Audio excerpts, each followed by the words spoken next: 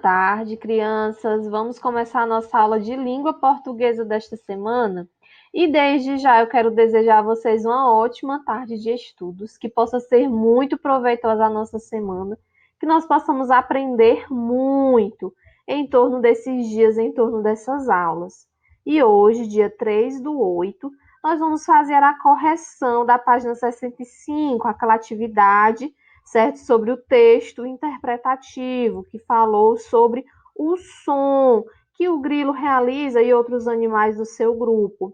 Se você ainda não está com o livro de língua portuguesa, você pausa o vídeo e prepara o seu material para nós começarmos a nossa aula, tá certo? Bem, meninos, a página 65 tem o seguinte comando.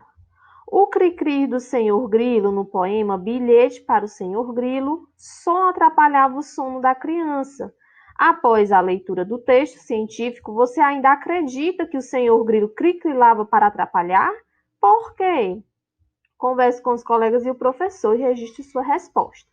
Se você não fez esta questão, esta atividade, você agora terá a oportunidade de fazer, tá bom? Pegue o seu lápis e registre a sua resposta, aquilo que você acredita, porque essa resposta é pessoal. No bilhete que o menino escreveu ao Senhor Grilo, ele acreditava que o Senhor Grilo cri-crilava de propósito para o acordar. Mas ao ler esse texto científico, nós vemos que essa não é a verdade. Por quê? Porque neste parágrafo, nós vemos aqui qual é realmente o significado do som que os grilos fazem. Observe aqui nesse trecho. Com ele, os insetos machos chamam a atenção das fêmeas ou avisam seu grupo de que um predador se aproxima. Então, os grilos não criquilam apenas para nos atrapalhar. Eles realizam este som porque já está no instinto desses animais, desses insetos, tá certo? Eles realizam esse som justamente a duas coisas. Primeiro, para avisar o seu grupo que um predador, ou seja, um animal feroz que pode devorá-lo, está se aproximando. Também para avisar que aquele local ali pertence a ele, demarcar território, e também para chamar a atenção das fêmeas, tá certo? Então, através desse trecho aqui, voltando ao texto, você vai elaborar a sua resposta agora, tá bom? Se a sua resposta ficou neste sentido, de acordo com o texto lido, então você deixa a sua resposta. Se não, você dá uma pausa no vídeo e elabora, tá ok? Agora, nós vamos relembrar o que estudamos em todo este capítulo, capítulo 8. Nós estudamos o gênero textual poema, fizemos a leitura e interpretação de textos, estudamos o que é um verso, o que é uma estrofe, o som da letra S nas palavras e também sobre as mensagens instantâneas semelhantes ao bilhete. Estudamos todo esse conteúdo, certo? E agora nós vamos relembrar um pouco. O que é mesmo um poema, crianças? É um tipo de texto que trata assuntos de forma bonita, usando recursos de som, como o ritmo, a rima, para dar beleza aos assuntos tratados, certo? É preciso considerar os sentidos do poema para fazer uma leitura com pausas nos lugares adequados. Quando nós lemos o poema, nós precisamos fazer a entonação de voz adequada, para que justamente a rima, o ritmo, o som apareça neste poema. Em geral, os poemas têm versos e estrofe, a maioria deles, mas vocês podem encontrar poemas sem estrofes e sem versos, ou seja, sem rimas, tá certo? Não são todos que seguem esse padrão. Agora, revisamos o que é um verso, crianças. Vocês ainda lembram? É cada linha do poema. Esses versos compõem uma estrofe. Um conjunto de versos é uma estrofe, ok? Estudamos também sobre as mensagens instantâneas, que são formas de comunicação mais utilizadas nos dias de hoje, tanto na comunicação formal como informal, ou seja, tanto para você tratar com pessoas assuntos sobre a sua intimidade como amigos, certo? Como assuntos mais empresariais, que são assuntos de empresas, de escolas. Elas possuem diversos recursos que enriquecem a comunicação, áudio, imagens, emojis e, sobretudo, a comunicação em tempo real. A agilidade deste tipo de comunicação é rápida, é ágil, é veloz. Diferente da carta utilizada antigamente, que demorava alguns dias ainda para o destinatário receber. Hoje não, hoje nós enviamos uma mensagem instantânea, podemos enviar vídeos, áudios, emojis, imagens, e essa mensagem chega instantaneamente para o nosso destinatário, não é mesmo? Não que a carta não seja importante, ela é importante, ainda é usada. Porém, as mensagens instantâneas hoje são a forma mais utilizada. Estudamos aqui o número de estrofe, que pode variar de um poema para o outro, bem como o número de versos de cada estrofe. Estudamos que as palavras têm som de S quando? Quando essa letra vem no começo da palavra ou quando ela vem entre uma consoante e uma vogal. As palavras têm som de Z quando a letra S vem entre vogais. Por exemplo, as palavras escritas com S vão ter som de Z na palavra casa, rosa, ok? As palavras vão ter som de S na palavra sino, sapo, soldado. E também quando o S vier entre consoante e vogal, discurso, verso, universo, tá certo? Então, assim, a gente relembra o que nós estudamos em todo este capítulo. Eu trouxe também para vocês esse poema, justamente para vocês verem aqui, certo? Exemplificando o que é rima, o que é verso, o que é estrofe. Vamos realizar a leitura? Ser criança é especial, de Yara Mola. Esconde, esconde, pega, pega, corre, cotia e cabra cega. Correr, pular, dançar, cantar, muita energia para gastar. Muito esperta, inteligente, também faz arte e apronta. Criativa, muito atenta, ela adora um faz de conta. Quem é essa pessoinha que traz luz e esperança? É alguém especial que chamamos de criança. Nesse poema, meus amores, nós observamos aqui que cada linha é um verso do poema e esse agrupamento de versos compõe a estrofe, separadas por linhas, tá certo? Esse poema tem rimas? O que vocês acham? Tem sim, nós ouvimos o som da rima. A rima é quando as palavras terminam com o mesmo som. Por exemplo, pega, pega, rima com qual palavra? Rima com a palavra cega. Cantar, rima com qual palavra? Muito bem, rima com a palavra gastar. Inteligente, rima com qual palavra? Muito esperto, inteligente, também faz arte e apronta. O verso termina bem aqui. Então, não é inteligente que vai rimar. É a palavra apronta, que vai rimar com a palavra conta. Tá certo? Na última estrofe, quais são as palavras que rimam? Nós vemos aqui esperança, que rima com a palavra criança. E assim nós revisamos o conteúdo que nós vimos no capítulo 8, tá certo? Poema, gênero textual, poema.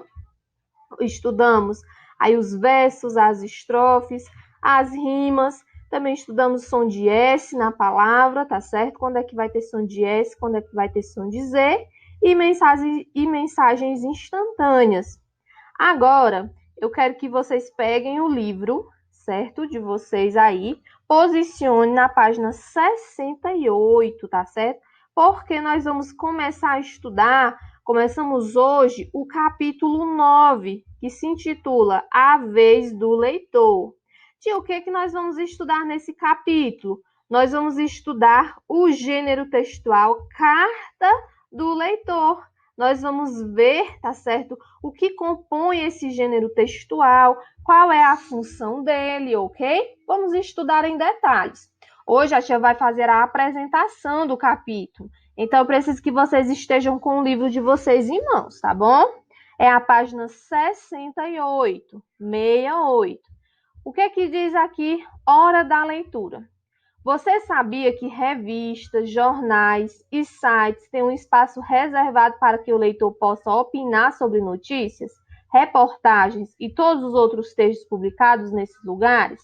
Para refletir sobre isso, discuta com a turma sobre as questões abaixo. Vamos lá.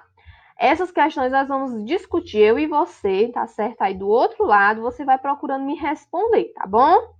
Os textos que você vai ler foram enviados por leitores para a seção Fala Aqui, de uma revista. Por que o nome da seção que publica textos de leitores é Fala Aqui? O que vocês acham? Essa seção, destinada em uma revista, ela se chama a seção Fala Aqui. E por que ela tem esse nome, crianças? O que vocês acham? É um espaço onde as pessoas vão escrever o quê? Bem, esta seção se chama assim, Fala Aqui, porque é um convite para o leitor participar. Ele vai ter a oportunidade de escrever lá o que ele achou sobre as publicações que ele leu. Ele vai escrever lá comentários. Então, a seção Fala Aqui é um convite para os leitores participarem de maneira ativa, opinando sobre os textos que leram, tá certo? Sobre o que as pessoas comentam nas cartas que enviam para revistas e jornais. Nós vamos ler nesses textos logo abaixo que as pessoas vão apresentar suas opiniões sobre os textos que eles leram nessas revistas, nos jornais ou até mesmo em sites, tá certo? Então, são a opinião deles sobre um tema específico, crianças, ou sobre vários assuntos que há na revista, tá bom? Agora, nós vamos começar a leitura desses textos. É preciso que você leia junto comigo, tá certo? Vou acreditar que você está lendo. Ó. Vai ser muito interessante, porque nós vamos ver aqui diversos temas, certo? Que as crianças escreveram na seção Fala Aqui, tá bom? Vamos lá. Agora leia algumas cartas escritas pelos leitores da revista Ciência Hoje das Crianças. Vocês vão ver que tem uma sigla que significa isso aqui, significa esse título. Essa sigla é CHC. CHC significa Ciência Hoje para as Crianças. Todos esses textos foram escritos na seção Fala Aqui, na revista Ciência Hoje das Crianças, tá bom? CHC. Vamos começar a leitura. Notícias da vida. Eu gostaria que vocês publicassem uma revista falando sobre os fósseis e a história da vida, pois eu gosto de saber mais sobre as coisas, saber da nossa geração. Acho muito interessante. Obrigada. Vemos aqui qual é o leitor, ele se identifica, certo? E nós vimos aqui que no início a pessoa escreve, ela cumprimenta, tá certo? Eu gostaria que vocês publicassem uma revista falando sobre os fósseis, da opinião dela, ok? E agradece de forma cordial. Obrigada. Aí a revista responde à publicação da leitora. Observem. Oi, Sergiane, já publicamos sim alguns artigos sobre fósseis na CHC. Você pode procurar na nossa página da internet. Aproveite para dar uma espiada na coluna De Volta à Pré-História. O assunto principal por lá é a vida no passado da Terra. Então, crianças, eu quero que vocês vejam aqui que esses comentários, certo, são chamados carta de leitor. Por quê? Porque os leitores estão escrevendo suas opiniões, deixando comentários e sugestões. Ah, tia, mas esse texto é uma carta? Como pode ser carta se é tão curto? Se não tem aquela estrutura que nós estudamos da carta pessoal? Bem, é porque geralmente o espaço reservado para eles escreverem é muito pequeno, é muito limitado. Então, geralmente, eles escrevem realmente pouca coisa, certo? Justamente por causa do espaço. Então, não vai seguir uma estrutura realmente de carta, com saudação inicial, com aquela mensagem esticada, com a despedida. Vai ser algo bem mais breve, justamente pelo espaço, certo? Da revista, que é limitado, tá bom? Então, geralmente eles pegam também aí só um trechinho da carta do leitor e publicam lá o texto mais interessante, o texto mais importante, tá certo? E publicam lá. Vamos ver agora esta carta de leitor da Débora Kemily, de Carapicuíba, São Paulo. Olá, pessoal da Ciência Hoje das Crianças. Gostei da reportagem. Você sabia que a barata d'água não é uma barata? Da CHC 237. Achei muito interessante essa edição porque fala da barata, dos peixes e das cobras. Agradeço pela atenção. Observe aqui que ela cumprimenta as pessoas que leem a revista. Olá, pessoal. Ela deixa o seu comentário, ela fala que gostou muito desse texto, né, desse tipo de texto, dessa reportagem que foi sobre a barata d'água, e no final ela agradece a atenção de todos. E sempre se identifica, certo? Não pode faltar, indispensável a identificação desse leitor, com o nome completo e a cidade, certo? De onde ele escreve. Sempre a revista vai publicar a carta do leitor, certo? E também a resposta que eles devolvem a este leitor. Oi, Débora, já deu para perceber que seu assunto predileto é o mundo animal. Então, que tal conferir a galeria dos bichos ameaçados dessa edição? E eles sugerem que este leitor, esta leitora, leia uma determinada seção, de acordo com o gosto dele ou dela, certo? Observe que para a Sergiane, eles sugerem que ela leia De Volta à Pré-História, que é uma seção que está lá no site da revista, porque as revistas elas são disponíveis em versão impressa, mas também elas são disponibilizadas em sites. Então, para a Sergiane, eles sugeriram o site onde ela vai encontrar a seção De Volta à Pré-História. E já para a Débora Kemily, eles sugeriram mesmo na versão impressa da revista ela ler a seção Galeria dos Bichos Ameaçados, porque eles perceberam que a parte que ela mais gosta é a parte que fala sobre os animais. As outras cartas, vocês vão realizar a leitura, tá certo? Já não vai ler tudo, vocês vão realizar a leitura. Como funciona o vulcão? Vocês podem ler esta carta. Ai, que nervoso também, tá bom? A tia vai ler aqui, por último, apenas essa seção, que é Dinossauros 2. Então, vocês terão aí a oportunidade de fazer a leitura dessas 3 cartas. Como funciona o vulcão, ai que nervoso, e a extinção dos dinossauros, tá bom? Vocês vão ler, depois realizar as atividades das páginas seguintes. Vamos ler mais esta daqui, para nós analisarmos esta carta. Dinossauros 2. Li o artigo da CHC 224 que traz informações sobre a diferença entre crocodilos e jacarés.